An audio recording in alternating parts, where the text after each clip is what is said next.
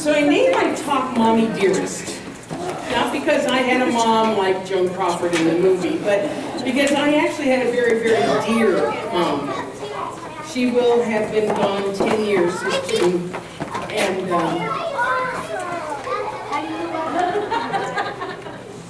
I can say that I miss her every day. And was she the perfect mom? Nah, probably not. But you know what? She was perfect for me. That's kind of the point of my talk, because who she was and who she wasn't was perfect in helping me become who I am and who I'm not. And that's basically what I want to talk about today, how our moms, with all of their perfections and imperfections, have influenced and modeled who we are today. Abraham Lincoln said, "All that I am or ever hope to be, I owe to my angel mother." Now I realize not everybody had an angel mother, I get that.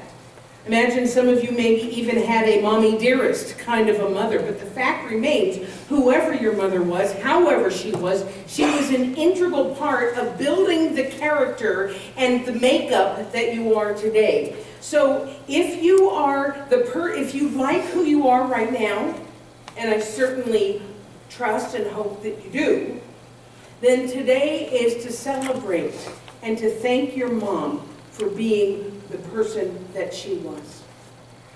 For instance, one of the things that I loved about my mother, she had a great sense of humor. She loved to laugh. Both my parents were funny. My father was smart aleck. I'm sure that's hard for you to believe, but that would have been part of my legacy. My mom was one of those ones who found humor in everything, you know? She could just laugh. She could laugh at herself. She could laugh at how life showed up. And she passed that ability to laugh onto us kids. Kind of like this, Mom. I want to share this video with you. It's an oldie but goodie. Sound.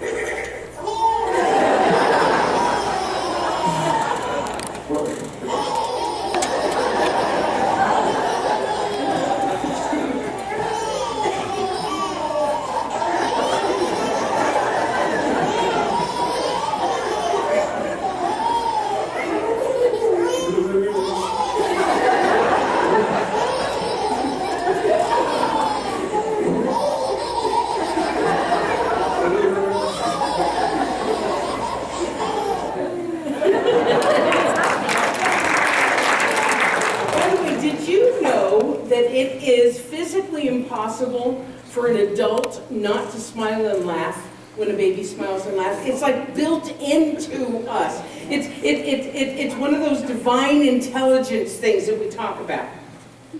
The act of becoming a mother is also one of the amazing intelligent aspects of the universe. And I'm not just talking about how babies are made. Okay, that's really cool. I mean, yeah, it's cool, but you know, but it's also really intelligent as well. But that's not what I'm talking about. Because all of us have watched the phenomenon that happens when a mother gives birth to a child. Indian mystic Bhagwan Sri Rajneesh said, the moment a child is born, the mother is also born. She never existed before. The woman existed, but never the mother. A mother is something absolutely new. I want you to think about that. As the mother is giving birth to the child is giving birth to the mother. And what even cooler about that is that it happens every time. A new mother is born every time a new child is born, even if she has other children. Those of you who have multiple children, you know what I'm talking about. Because the very act of bringing another life into being changes the mother. again and again and again. I remember talking to a friend of mine several years ago who was pregnant with her second child. And she was really, really nervous because she was afraid that she would not be able to love the second child as much as she did the first one. She was worried that her capacity to love would be diminished because she had to share it with another kid. And of course, the opposite happened. She loved her second child every bit as much, her third child every bit as much as she did her first.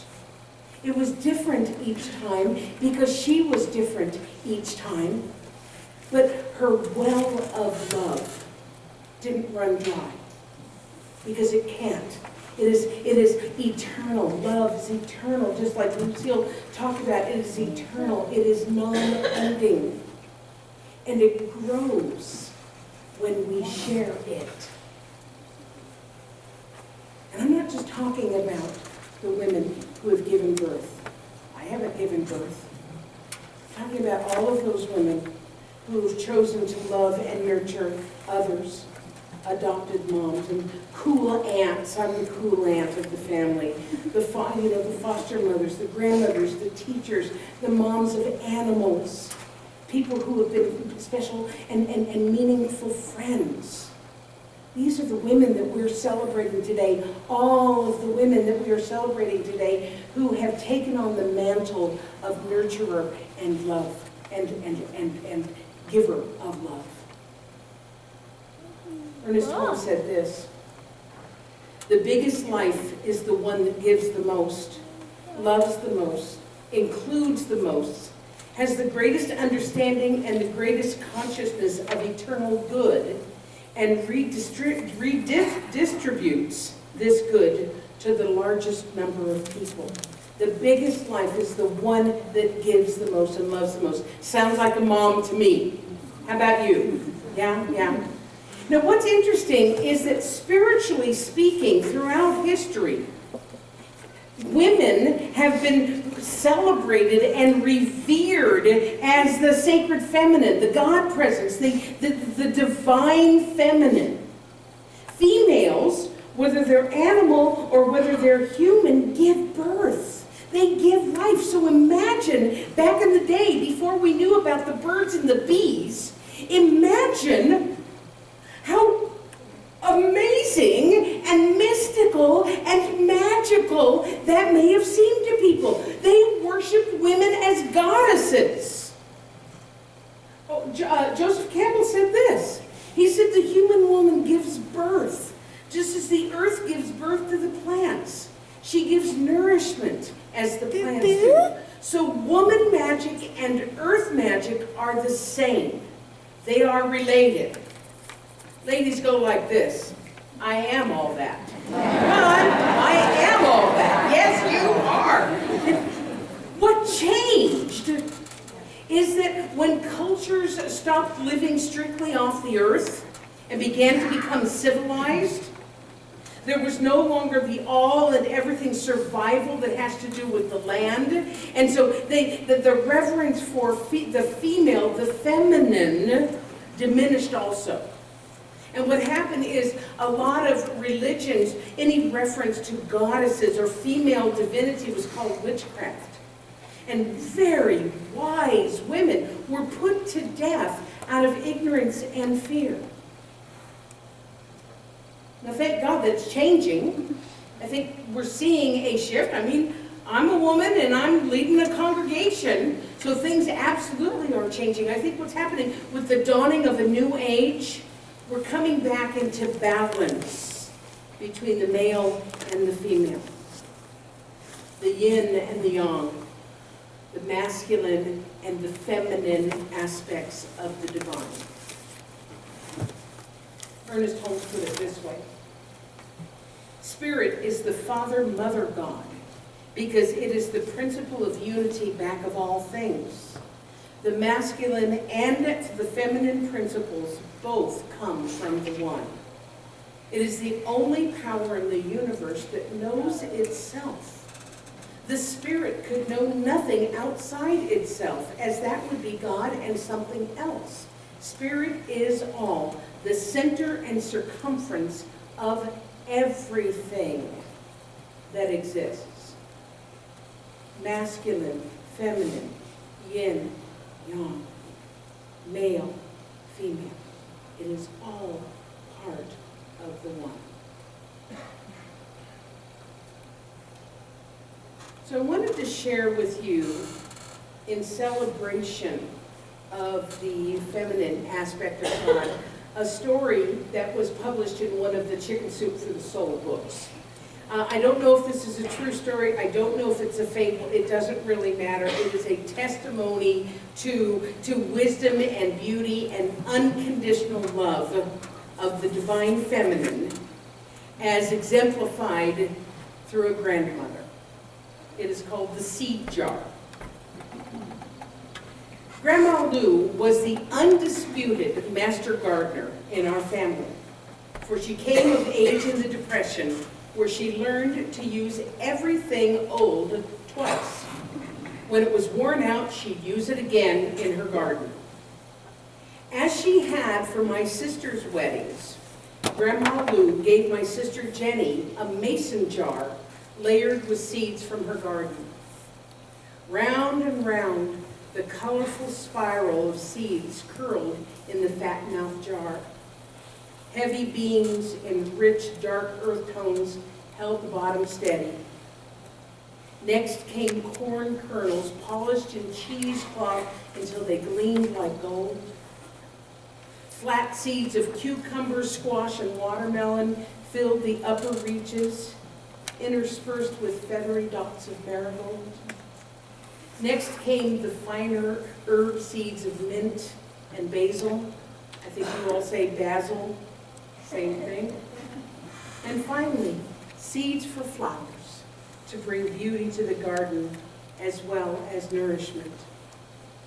The jar was crowned with a gleaming brass lid and a cheerful ribbon. There was a lifetime supply of seeds pressed into those jars, a whole garden's worth of food for the new couple. 2 years later, Grandma Lou suffered a stroke, which forced her into assisted living. And although she was unable to attend my wedding, I was delighted to see a mason jar in the brightly wrapped gifts at my reception. But unlike its predecessors, my jar held no graceful pattern of seeds. Instead, it was a haphazard blend, as if the seeds had been dumped in a pillowcase and then poured into the jar. Even the lid seemed like an afterthought, if it was rusty and well used. But considering Grandma Lou's state of health, I felt blessed that she remembered the gentle tradition after all. My husband Mark found work in the city, and we moved to a small apartment. A garden was all but impossible, so I consoled myself by putting the seed jar in the living room. And there it stood as a promise to a future garden. By the time our sons were toddlers, I'd moved the seed jar to the top of the refrigerator where their curious hands couldn't tip over my treasure. Eventually, we moved to a house, but there still wasn't enough sun in our yard to plant a real garden.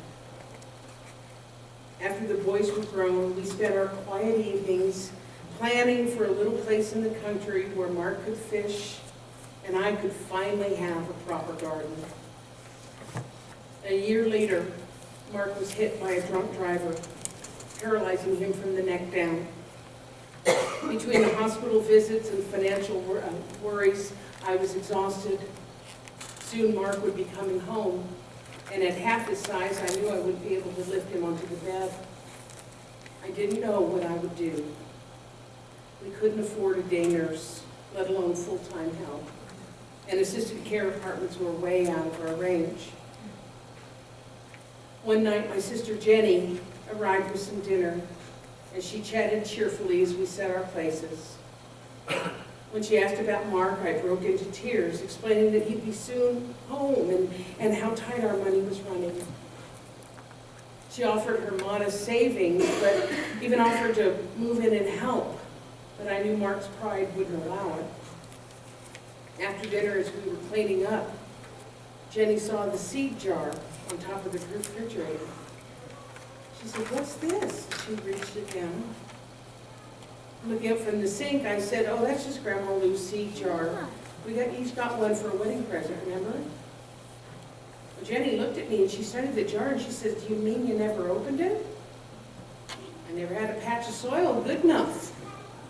Jenny tucked the jar in one arm and grabbed my sudsy hand and said, come on. And half dragging me, we went to the dining room table, and it took 3 tries, but she got the lid off of it, and she started pouring the seeds out, and they were bouncing everywhere, and as the seeds were coming out, out came a faded yellow envelope. Jenny opened it, the envelope, handed it to me, and she said, open it. Inside, I found 5 stock certificates, each for 100 shares, and reading the world-famous names on it, our eyes both opened in recognition. And Jenny said, do you have any idea how much this is worth? I gathered a handful of seeds to my lips, and I said a silent prayer of thanks to Grandma Lou. She had been tending my garden all these years, behind the scenes. So maybe your mom didn't leave you a seed jar full of seeds or stock certificates. Maybe you think that all she gave you was a garden of weeds. But you know, and I know, that the people that we are today, the divine, whole, perfect, and complete expressions of God that we are in part due to our Mommy Dearest. So in celebration today, we have a small token. So Peter, is that you up there, Graham? And actually, before we do that, if the band could come up, if you guys are ready to come up and do music.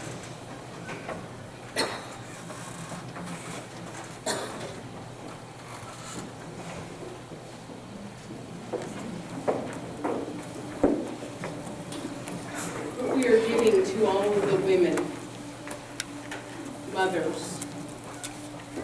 We are giving to you a packet of flower seeds to take home and use in your own gardens. Thank you for spreading your love and your beauty into the world as representatives of the divine feminine face of God. As Amy sings, and I think you'll understand why, we'll be handing these out, and happy Mother's Day to you.